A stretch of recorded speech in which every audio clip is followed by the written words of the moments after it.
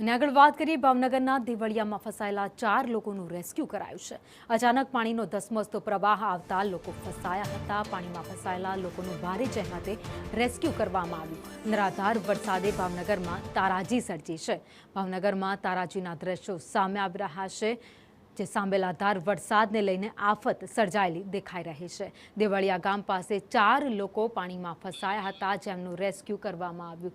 વધુ અપડેટ સાથે સંવાદદાતા મયુર દવે અમારી સાથે જોડાઈ ગયા છે। મયુર, દેવળિયામાં ધોધમાર વરસાદ, જેમાં 4 લોકો ફસાયા, તેમનું રેસ્ક્યુ કરાયું।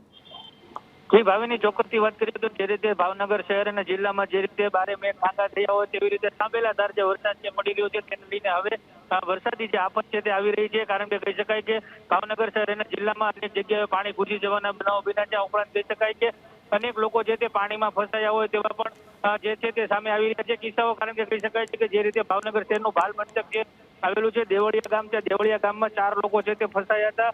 સમગ્ર ફસાયા જે 4 લોકો ફસાયા હતા તે સમગ્ર મામલે કહી શકાય કે જે સનેશ પોલીસ છે, ગ્રામ્ય મામલતદાર છે, વહીવટી તંત્ર છે, તેમને જાણ થતા તે સમગ્ર કાફલો છે તે ઘટના સ્થળે દોડી ગયો હતો અને દેવળિયા ગામ પાસે જે ફસાયેલા લોકો હતા તેને હિટાચી મશીનથી રેસ્ક્યુ કરવામાં આવ્યા હતા।